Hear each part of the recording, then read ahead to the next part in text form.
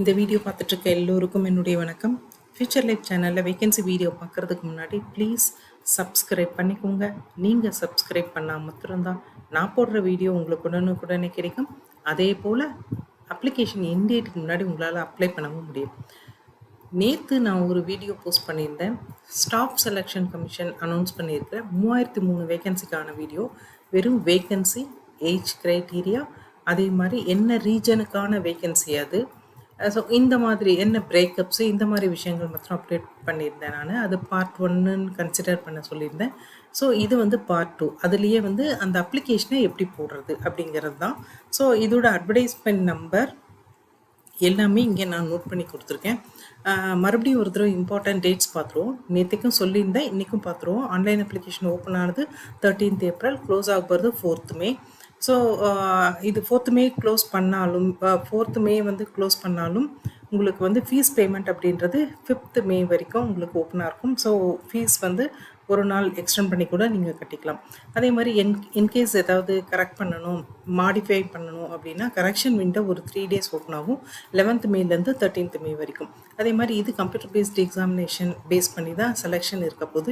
So அந்த selection வந்து டென்டேட்டிவாக, அந்த கம்ப்யூட்டர் பேஸ்ட் எக்ஸாமினேஷன் டென்டேட்டிவாக June 2026 இருக்குன்னு சொல்லியிருக்காங்க. இன்கேஸ் உங்களுக்கு ஏதாவது டவுட்ஸ் இருக்குது, ஏதாவது கிளாரிஃபை பண்ணணுன்னா டோல் ஃப்ரீ நம்பர் ஒன்று கொடுத்துருக்காங்க. அதே மாதிரி நீங்கள் ஒரு போஸ்ட்டுக்கு மாத்திரம் அப்ளை பண்ணணுன்றதெல்லாம் இல்லை. ஈவன் நீங்கள் 2-3 போஸ்ட்டுக்கு கூட அப்ளை பண்ணலாம். தனித்தனி அப்ளிகேஷன், தனித்தனி ஃபீஸ், அவ்வளோதான் இதில் விஷயம். ஸோ டேட் ஆஃப் பர்த்தை பொறுத்த வரைக்கும் நீங்கள் வந்து உங்களோட மெட்ரிகுலேஷன், அதாவது 10th 12th சர்டிஃபிகேட், இல்லை காலேஜ் முடிச்சிட்டிங்கன்னா அதில் டிசியில் மென்ஷன் பண்ணியிருந்தாங்கன்னா அந்த சர்டிஃபிகேட். ஸோ இதுதான் வந்து நீங்கள் ஏஜ் ப்ரூஃபாக கொடுக்க வேண்டியிருக்கும். கண்டிப்பாக ஏஜ் ப்ரூஃப் வந்து கொடுக்கணும். இந்த டாக்குமெண்ட்ஸ் வழியாக மட்டும்தான் கொடுக்க முடியும். அதே மாதிரி ஏஜ் ரிலாக்ஸேஷனை பொறுத்த வரைக்கும் ஆஸ் பர் கவர்மெண்ட் நார்ம்ஸ் எல்லா ஏஜ் ரிலாக்ஸேஷனும் அப்ளிகபிளாக இருக்குது.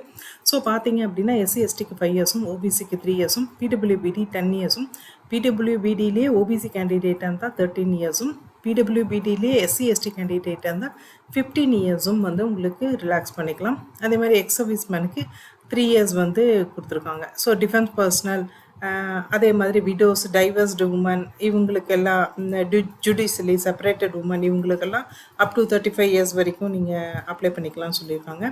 Central government civilian employee SC STயாக இருந்தால் உங்களுக்கு 45 years, central government civilian employee ஒரு 3 years வந்து சர்வீஸ் பண்ணியிருக்கீங்க அப்படின்னா 40 years வரைக்கும் நீங்கள் அப்ளை பண்ணிக்கலாம். ஸோ இந்த மாதிரி ஏஜ் ரிலாக்ஸேஷன் வந்து கொடுத்துருக்காங்க. அதே மாதிரி உங்களுக்கான ஏஜ் லிமிட்டு என்ன டேட் வரைக்கும் நான் வச்சு கால்குலேட் பண்ணுறதுங்க, எனக்கு 1 மாதம் 2 மாதம் முன்ன பின்ன வருது அப்படின்னு நினச்சிங்கன்னா அதுக்கான டேட் வந்து 1st January 2026 கணக்கு வச்சு அன்னைக்கு உங்கள் ஏஜ் என்னவோ அதை தான் நீங்கள் கணக்கு வச்சு இதற்கு போஸ்ட்டும் செலக்ட் பண்ணிக்கலாம். அதே சமயத்தில் அந்த ஏஜை தான் நீங்கள் வந்து அப்ளிகேஷனையும் கொடுக்கணும். 1/1/2026. அதே மாதிரி குவாலிஃபிகேஷன், நான் படிச்சுட்ருக்கேன், எனக்கு வந்து நான் இப்போ தான் ஃபைனல் இயர் எக்ஸாமினேஷன் எழுதினேன், இல்லைனா எக்ஸாமினேஷன் எழுதி முடிச்சுட்டேன், என்னோடய சர்டிஃபிகேட் இப்போ தான் வந்திருக்கு, ஸோ என்ன டேட்டை வச்சு நான் வந்து அதை கேல்குலேட் பண்ணுறது அப்படின்னா உங்களோட குவாலிஃபிகேஷனை 4th May 2026 இந்த டேட்டை வச்சு நீங்கள் உங்கள் குவாலிஃபிகேஷன் என் டேட்டை கேல்குலேட் பண்ணிக்கோங்க. அதே மாதிரி சில பேர் வந்து ஏற்கனவே ஒர்க் பண்ணிகிட்ருப்பீங்க, சென்ட்ரல் கவர்மெண்ட், ஸ்டேட் கவர்மெண்ட், இல்லை ப்ரைவேட் கம்பெனிஸில் ஒர்க் பண்ணிகிட்ருப்பீங்க. அவங்க வந்து அவங்களோட எக்ஸ்பீரியன்ஸை கூட இந்த டேட் வச்சு கேல்குலேட் பண்ணிக்கலாம். அதே மாதிரி வந்து உங்களுக்கு வந்து இன்டர்ன்ஷிப் ட்ரைனிங், இல்லை ஏதாவது நீங்கள் இந்த மாதிரி எஜுகேஷன் குவாலிஃபிகேஷன் முடிக்காத முன்னே ஏதாவது ஒர்க் பண்ண விஷயம் இருக்கும் இல்லையா, அதை வந்து நீங்கள் எக்ஸ்பீரியன்ஸாக காமிக்காதீங்க. எஜுகேஷனல் குவாலிஃபிகேஷன் ஒன்ஸ் முடிச்சுட்டு ஆஃப்டர் டிகிரியோ, ஆஃப்டர் வந்து நீங்கள் என்ன படிச்சிருக்கீங்களோ, ஐடியோ இல்லை என்ன படிச்சிருக்கீங்களோ அந்த படிப்புக்கு அப்புறம் வர்றது தான் உங்களுக்கு எக்ஸ்பீரியன்ஸ் அப்படின்னு சொல்லிட்டு எடுத்துப்பாங்க. அதே மாதிரி லாங்குவேஜை பொறுத்த வரைக்கும் நீங்கள் அந்த ரீஜனல் லாங்குவேஜ், மதர் டங் வந்து 10th வரைக்கும் இப்போ நீங்கள் படிச்சிருக்கணும். ரீஜனல் லாங்குவேஜ் கண்டிப்பாக நீங்கள் படிச்சிருக்கணும் அப்படின்றது சொல்லியிருக்காங்க. ஸோ அப்ளை பண்ணுறது அப்படின்னும் போது ஃபஸ்ட்டு வந்து நீங்கள் எத்தனை போஸ்ட் வேணால் அப்ளை பண்ணலாம். அதே மாதிரி ஒவ்வொரு போஸ்ட்டுக்கும் தனித்தனி அப்ளிகேஷன், தனித்தனி ஃபீஸ் கட்டிடுங்க. முக்கியமாக வந்து இதோட வெப்சைட் பார்த்தீங்கன்னா https://ssc.gov.in. இதில் போனீங்க அப்படின்னா ஃபஸ்ட்டு நோட்டிஃபிகேஷனை படிச்சிருங்க. நான் சொல்கிற இன்ஃபர்மேஷன் இல்லாமல் நீங்களாக அதை போய் படிங்க. இங்கிலீஷில் இருக்குது. ஸோ படித்து தெரிஞ்சுட்டு அதுக்கப்புறம் அப்ளை பண்ணுங்கள். ஸோ இதுதான் வந்து அவங்களோட வெப்சைட். இந்த வெப்சைட்டில் நீங்கள் போய் அப்ளை பண்ணலாம். இல்ல எனக்கு வந்து கம்ப்யூட்டர் இல்ல என்கிட்ட, லேப்டாப் இல்ல அப்படின்னு நினைக்கிறவங்க, மொபைல் ஆப் வந்து டவுன்லோட் பண்ணிக்கலாம். கூகுள் ப்ளே ஸ்டோர்லேருந்து மை எஸ்எஸ்சி அப்படின்ற மொபைல் ஆப் டவுன்லோட் பண்ணி, நீங்க அதுக்கப்புறமா வந்து அப்ளை பண்ணிக்கலாம். அதே மாதிரி இதில் நீங்கள் அப்ளை பண்ணும்போது ஒரு தடவை ஓடிஆர், அதாவது ஒன் டைம் ரெஜிஸ்ட்ரேஷன் வந்து வரும். இன்கேஸ் முன்னாடி ஏதாவது நீங்கள் பண்ணியிருந்தீங்க அப்படின்னா அதை யூஸ் பண்ணிக்கோங்க. இல்லைன்னா இப்போ புதுசாக வந்து ஆக்சுவலாக இவங்களோட வெப்சைட்டை வந்து புதுசாக கொஞ்சம் மாடிஃபை பண்ணிக்கோங்க. ஸோ ஒன் டைம் ரெஜிஸ்ட்ரேஷன் அந்த ஓடிபி வாங்கி அதுக்கப்புறமா நீங்கள் வந்து ரெஜிஸ்டர் பண்ணிவிட்டு அதுக்கப்புறமா அப்ளிகேஷன் நீங்கள் போட்டுக்கலாம். உங்களோட அப்ளிகேஷன் எல்லா டீட்டெயில்ஸும் நீங்கள் ரெஜிஸ்டர் பண்ணிக்கலாம். அதே மாதிரி ஆதார் பேஸ்டு ஆத்தென்டிகேஷன் வந்து கண்டிப்பாக கொடுங்க. ஆதார் பேஸ்டு ஆத்தென்டிகேஷன் கொடுக்கும்போது உங்களுக்கு நிறைய விஷயங்கள் வந்து இதில் வந்து ரிஜெக்ட் ஆகாமல், அப்ளிகேஷன் ரிஜெக்ட் ஆகாமல் இருக்கும். அதாவது நீங்கள் ஒரு வேறு பிளர்ராக இருக்கிற சிக்னேச்சரையோ இல்லை ஃபோட்டோவையோ அப்லோட் பண்ணிட்டீங்க, இந்த மாதிரி விஷயங்கள்லாம் பண்ணி அதனால அப்ளிகேஷன் ரிஜெக்ட் ஆகிறது அப்படின்னு நடக்காது. ஸோ கேண்டிடேட் வந்து யாராக இருந்தாலும் ஆதார் பேஸ்டு ஆத்தென்டிகேஷன் வந்து அப்ளை பண்ணும்போது கொடுத்துட்டீங்க அப்படின்னா உங்களுக்கு வந்து அப்ளிகேஷன் ரிஜெக்ட் ஆகிற அந்த விஷயம் வந்து நிறைய குறைஞ்சிரும். அந்த பர்சன்டேஜ் வந்து உங்களுக்கு குறைஞ்சிரும். ஸோ இது கொடுத்துருங்க. இது இல்லாமல் வந்துட்டு நீங்கள் வந்து இந்த ஆதார் பேஸ்ட் ஆத்தென்டிகேஷன் நீங்கள் கொடுத்துட்டிங்கன்னா உங்களோட ரீசெண்ட் பாஸ்போர்ட் சைஸ் ஃபோட்டோகிராஃப் வந்து உங்களை வந்து கேட்காது. நீங்கள் வந்து ஒரிஜினல் ஐடென்டிட்டியோ ஃபோட்டோ ஐடென்டிட்டியும் நீங்கள் கொடுக்க வேண்டியதில்லை ஆதார் ஆத்தென்டிகேஷன் கொடுக்கும்போது. இல்லைன்னா நீங்கள் கொடுக்க வேண்டியிருக்கும். அதே மாதிரி வந்துட்டு உங்களுக்கு வந்து ரியல் டைம் ஃபோட்டோகிராஃப் தான் கேப்சர் பண்ணும் ஒரு தடவை. நீங்கள் ஒர்க் பண்ணுற லேப்டாப்போ இல்லை கம்ப்யூட்டரோ இல்லை மொபைலோ அதில் வந்து கேமரா ஆன் பண்ணி நீங்கள் நல்லா பிரைட்டாக லைட் இருக்கிற இடத்துல பின்னாடி பேக்ரவுண்ட் வந்து ஒரு ஈஸியான ப்ளூ ஆர் ஒயிட்டு அந்த மாதிரியான பேக்ரவுண்டில் நீங்கள் உட்காந்துட்டு அந்த லைவ் கேமராவை ஆன் பண்ணி நீங்கள் உங்களோட ஃபோட்டோவை நீங்கள் கேப்சர் பண்ணணும். அதுதான் வந்து எடுத்துக்கும் இந்த அப்ளிகேஷன். அதே மாதிரி அது நான் சொன்ன மாதிரி தான், நல்ல லைட் இருக்கணும். அதே மாதிரி வந்து கேமரா வந்து உங்கள் கண்ணுக்கிட்ட இருக்க மாதிரி நீங்கள் செட் பண்ணிக்கோங்க, உங்கள் மொபைலோ இல்லை லேப்டாப்போ எது வேணால். அதே மாதிரி கேமராவை வந்து நல்லா ஸ்ட்ரைட்டாக பார்த்து உட்காந்துக்கோங்க. ஃபேஸ் நல்லா தெரிகிற மாதிரி. ரொம்ப கிட்டையும் போயிடாதீங்க கேமராவுக்கு, ஏன்னா ஃபேஸ் பிளர் ஆகும். ரொம்ப பின்னாடியும் போயிடாதீங்க, ஃபேஸ் வந்து ரொம்ப லாங் டிஸ்டன்ஸ் வந்துடும். ஸோ அதுக்கேற்ற மாதிரி அட்ஜஸ்ட் பண்ணி ஃபோட்டோ வந்து அது கேப்சர் பண்ணிக்கும். அதே மாதிரி கேப்பு, மாஸ்க்கு, இல்லைன்னா கண்ணாடி, அதாவது கூலிங் கிளாஸ் இதெல்லாம் போட்டு ஃபோட்டோ எடுக்காதீங்க, அதை அக்செப்ட் பண்ணாது. அதே மாதிரி நீங்கள் ஒரு வேளை வந்து சிக்னேச்சர் அப்லோட் பண்ணணும் அப்படின்னா 10 to 20 கேபிக்குள்ளே இருக்க மாதிரி ஒயிட் பேப்பரில் பிளாக் ஆர் ப்ளூ இங்கில் உங்களை சைன் போட்டு அதை ஸ்கேன் பண்ணி அதை வந்து நீங்கள் அப்லோட் பண்ணுங்கள். சிக்னேச்சர் வந்து வித் வந்து 6 சென்டிமீட்டர், அதே மாதிரி ஹைட் வந்து 2 சென்டிமீட்டர்ஸ்குள்ளே இருக்கிற மாதிரி பார்த்துக்கோங்க. உங்களோட அப்ளிகேஷனோட ஒவ்வொரு ஸ்டேஜையும் ப்ரிவ்யூ பார்த்துக்கோங்க. ப்ரிவ்யூ பார்க்கும்போது உங்களோட மிஸ்டேக்ஸு எல்லாமே அங்கேயே கரெக்ட் பண்ணிக்கலாம். சப்மிட் பண்ணுறதுக்கு முன்னாடியும் நீங்கள் உங்கள் அப்ளிகேஷனை ஒவ்வொரு லைன் பை லைன் ப்ரிவ்யூ பார்த்துக்கோங்க. உங்களுடைய அந்த நேமோ இல்லை ஃபாதர் நேமோ மதர் நேமோ டேட் ஆஃப் பர்த்தோ எல்லாமே உங்களுடைய சர்டிஃபிகேட்ஸ்க்கும் நீங்கள் டைப் பண்ணதுக்கும் எந்த டிஃப்ரென்ஸும் இல்லாமல் பார்த்துக்கோங்க. ஸோ இது மூலமாக உங்களுடைய அப்ளிகேஷன் ரிஜெக்ஷனை நிறைய குறைக்கலாம். அந்த பர்சன்டேஜ் வந்து நிறைய குறைக்கலாம். அதே மாதிரி ஃபோட்டோவோ இல்லை சிக்னேச்சரோ நீங்கள் எது அப்லோட் பண்ணியிருந்தாலும் அதை கரெக்டாக அவங்க கேட்டிருக்கிற அந்த ஃபார்மேட்டில் தான் அப்லோட் பண்ணியிருக்கீங்களா, அதாவது ஜேபிஇஜி ஆர் ஜேபிஜி ஃபார்மேட்டில் அப்லோட் பண்ணியிருக்கீங்களா அப்படின்றத பார்த்துக்கோங்க. ஒன்ஸ் நீங்கள் வந்து ப்ரிவ்யூ பார்த்துட்டீங்க, அப்ளிகேஷன் சப்மிட்டே பண்ணிட்டீங்க, அதே மாதிரி ஃபீஸ் கட்டிட்டீங்க அப்படின்னா எல்லாத்தையுமே நீங்கள் டவுன்லோட் பண்ணி ஒரு பிரிண்ட் எடுத்து வச்சுக்கோங்க, ஒரு ஹார்ட் காப்பி. அது வந்து உங்கள் ஃபியூச்சர் ரெஃபரன்ஸ்க்கு கண்டிப்பாக வேணும். ஃபீஸை பொறுத்த வரைக்கும் எல்லாமே ஆன்லைன் தான். நீங்கள் credit card, net banking, master card இல்லை ரூபே கார்டு எது வேணால் யூஸ் பண்ணி நீங்கள் வந்து பே பண்ணலாம். ஃபீஸ் அப்படின்றது வெறும் 100 ருபீஸ் தான். இதுலேயும் வந்து எக்ஸம்ஷன் வந்து இருக்குது. யாருக்கெல்லாம் எக்ஸம்ஷனா, நீங்கள் ஒருவேளை உமன் கேண்டிடேட்டாக இருந்தாலோ, எஸ்சி எஸ்டியாக இருந்தாலோ, அதே மாதிரி பிடபிள்யூபிடி கேண்டிடேட்டாக இருந்தாலோ, எக்ஸ் சர்வீஸ் மேனாக இருந்தாலும் உங்களுக்கு அந்த 100 ருபீஸும் ஃபீஸ் கிடையாது. ஃப்ரீயாகவே நீங்கள் அப்ளை பண்ணிக்கலாம். அப்ளை பண்ணுற டேட் ஒரு நாள் எக்ஸ்டெண்ட் ஆகுது சொல்லியிருந்தேன், 5th May 2026 வரைக்கும் நீங்கள் அந்த ஃபீஸ் வந்து பே பண்ணிக்கலாம். அந்த 3 days வந்து நான் கரெக்ஷன் விண்டோ இருக்கும் அப்படின்னு சொன்னேன் இல்லையா, அந்த 3 daysல நீங்கள் வந்து உங்களோட மிஸ்டேக்ஸோ இல்லை ஏதாவது மாடிஃபை பண்ணணும் அப்படின்னு நினச்சிங்கன்னா கண்டிப்பாக மாடிஃபை பண்ணிக்கலாம். ஸோ ஒவ்வொரு தடவையும் நீங்கள் அதுக்கான ஃபீஸ் வந்து கட்ட வேண்டியிருக்கும். மேக்ஸிமம் 2 டைம்ஸ் தான் உங்களால் மாடிஃபை பண்ண முடியும் உங்கள் அப்ளிகேஷனை. ஃபஸ்ட்டு டைம் நீங்கள் மாடிஃபை பண்ணும்போது ₹200 ஃபீஸ் கட்டினீங்கன்னா தான் ஃபஸ்ட்டு டைம் மாடிஃபிகேஷனுக்கு உங்களை அலோவ் பண்ணும். நீங்கள் எல்லாம் கரெக்ட் பண்ணிவிட்டு ரீசப்மிட்ற பட்டனை கொடுக்க மறந்துடாதீங்க. ஸோ கரெக்ட் பண்ணிவிட்டு சப்மிட் அப்படின்ற பட்டன் கொடுத்துட்டீங்க. இன்கேஸ் நீங்கள் 2வது தடவையும் ஏதோ மிஸ்டேக்கோ இல்லை கரெக்ஷனோ பண்ணணும் அப்படின்னு நினச்சிங்கன்னா அப்போ வந்து ₹500 கட்டினா தான் உங்களுக்கு கரெக்ஷன் விண்டோ ஓப்பன் ஆகும். ஸோ ₹500 கட்டி செகண்ட் டைம் வந்து உங்களால் கரெக்ட் பண்ணிக்க முடியும். ரீசப்மிட் கண்டிப்பாக பண்ணிவிடுங்க. செகண்ட் டைமுக்கு அப்புறம் தேர்ட் டைம் ஆப்ஷன் உங்களுக்கு கிடைக்காது. அந்த 3 டேஸில் 2 டைம்ஸ் தான் உங்களுக்கு வந்து கரெக்ஷன் விண்டோ கிடைக்கும். இதே மாதிரி இந்த சென்டர்ஸ் அப்படின்னும் போது 3 சென்டர் வந்து உங்களை செலக்ட் பண்ண சொல்லுவாங்க. ஸோ உங்களோட வீட்டிலேருந்து இல்லை நீங்கள் இருக்கிற இடத்துலேருந்து எது உங்களுக்கு நியரஸ்ட்டோ, எது ரொம்ப ஈஸியாக உங்களால் ரீச் பண்ண முடியுமோ அதை வந்து ஃபஸ்ட்டாகவும் அடுத்ததுன்ட்டு மொத்தம் 3 சென்டர் வந்து செலக்ட் பண்ணிக்கோங்க. இவங்க 9 ரீஜனாக பிரிச்சிருக்காங்க இந்தியாவில். ஸோ அந்த 9 ரீஜனை பொறுத்து முக்கியமான இடத்துலலாம் கம்ப்யூட்டர் பேஸ்ட் எக்ஸாமினேஷன் நடத்துகிறதா சொல்லியிருக்காங்க.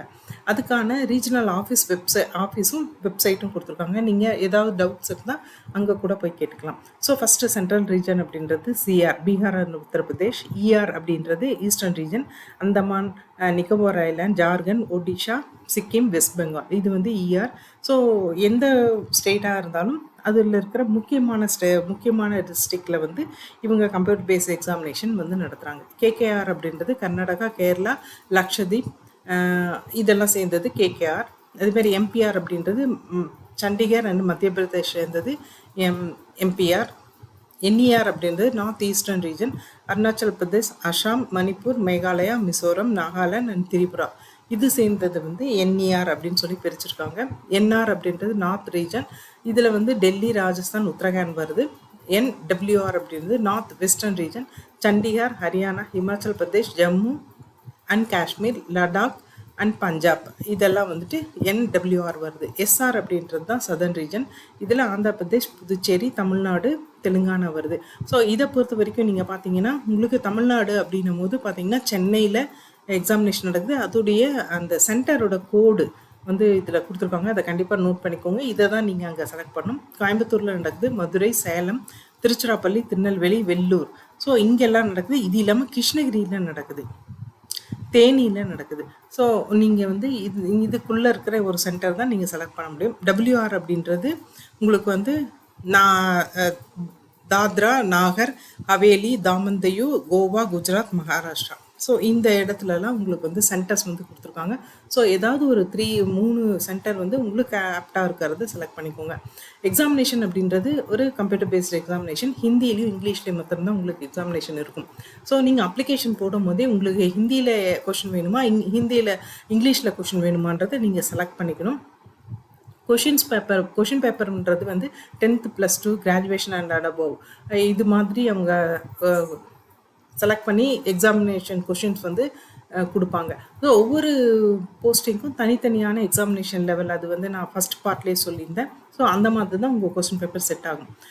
சப்ஜெக்ட் வந்து என்னென்ன இருக்கும் அப்படின்னா, ஜென்ரல் இன்டெலிஜென்ஸில் 25 கொஷின்ஸ் வரும், ஜென்ரல் அவேர்னஸில் 25 கொஷின் வரும், குவான்டிடேட்டிவ் ஆப்டிடியூடில் 25 கொஷின், அப்புறம் லாங்குவேஜ் இங்கிலீஷில் வந்து 25 கொஷின். ஸோ இதுதான் வந்து உங்களுக்கு 200 மார்க்குக்கு வரும். 60 மினிட்ஸ் வந்து உங்களுக்கு எக்ஸாமினேஷன் நடக்கும்.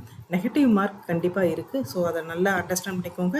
0.50 நெகட்டிவ் மார்க். ஸோ கண்டிப்பாக நல்லா தெரிஞ்சால் மாத்திரம் ஆன்சர் எழுதுங்க, இல்லைனா வாங்குகிற மார்க்லேயும் 0.5 வந்து குறைஞ்சிட்டே வரும்.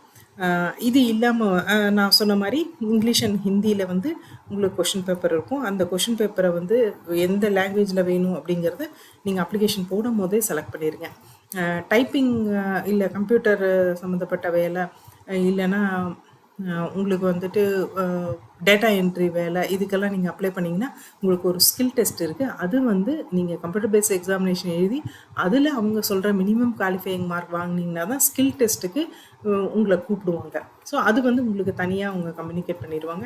உங்களுடைய அட்மிஷன், அதாவது ஹால் டிக்கெட் அப்படின்ற அந்த அட்மிஷன் சர்டிஃபிகேட் வந்து எந்த விதத்துலேயும் ஹார்ட் காப்பியாக உங்கள் வீட்டுக்கு அனுப்ப மாட்டாங்க.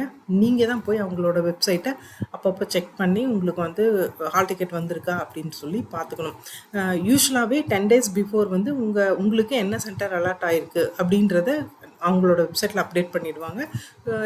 எக்ஸாமினேஷனுக்கு 2 இல்ல 3 நாளைக்கு முன்னாடி நீங்கள் டவுன்லோட் பண்ணி பிரிண்ட் எடுத்துக்கலாம் ஹால் டிக்கெட்டை. ஹால் டிக்கெட் இல்லாமல் எக்ஸாமினேஷன் போயிடாதீங்க. ஆதார் பேஸ்டு ஆத்தென்டிகேஷன் வந்து கொடுத்துருந்தீங்க அப்படின்னா நீங்கள் வந்துட்டு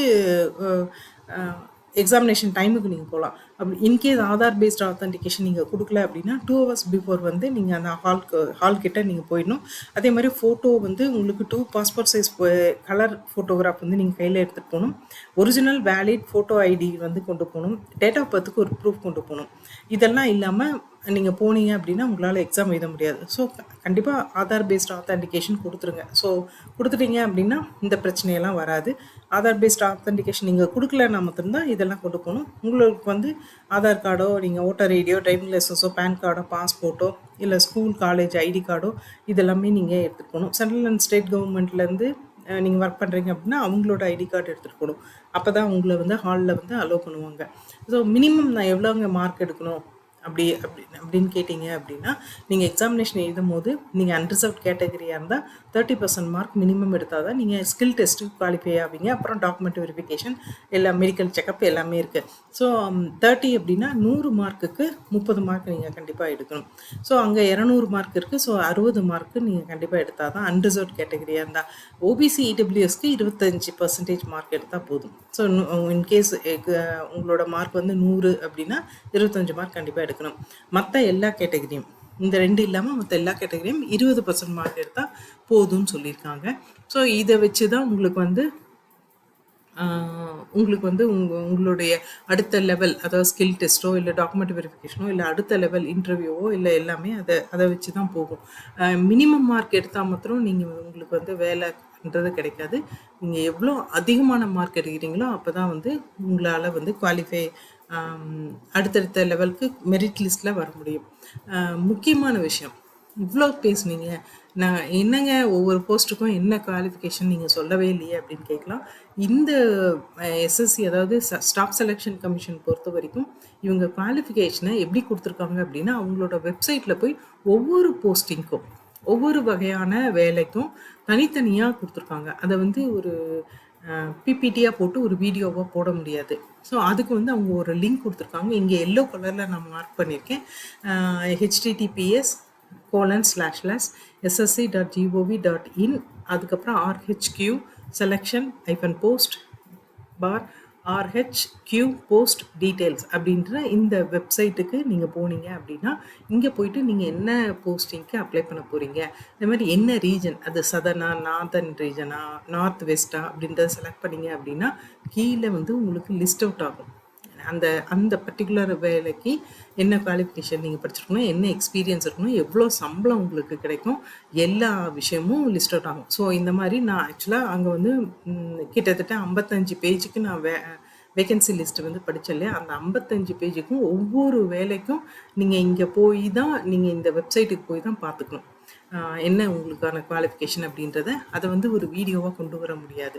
ஸோ அங்கே போகும்போது நீங்கள் இந்த வெப்சைட்டுக்கு போகும்போது நீங்கள் இங்கே நான் க்ரீனில் மார்க் பண்ணியிருக்கிற examination-phase-xiv/2026 அப்படின்ற அந்த செலெக்ஷனை நீங்கள் செலக்ட் பண்ணிங்கன்னா தான் இந்த பர்டிகுலர் வேக்கன்சிக்கான குவாலிஃபிகேஷனும் எவ்வளோ சேல்ரி, என்ன எக்ஸ்பீரியன்ஸ் உங்களுக்கு வேணும் அப்படின்றதையும் உங்களுக்கு கிடைக்கும். அதை வந்து வீடியோவாக போட முடியாது, நீங்கள் தான் போய் பார்த்துக்கணும். இங்கே வந்து அஃபிஷியல் வெப்சைட் கொடுத்துருக்கேன். அதே மாதிரி நான் எந்த நோட்டிஃபிகேஷன்லேருந்து இந்த டீட்டெயில்ஸெல்லாம் எடுத்தனோ அந்த நோட்டிஃபிகேஷன் லிங்க்கும் கொடுத்துருக்கேன். எல்லாமே நான் டிஸ்கிரிப்ஷனில் கொடுத்துறேன். நீங்கள் அங்கே போய் பார்த்து படித்து தெரிஞ்சுட்டு அதுக்கப்புறமா அப்ளை பண்ணுங்கள்.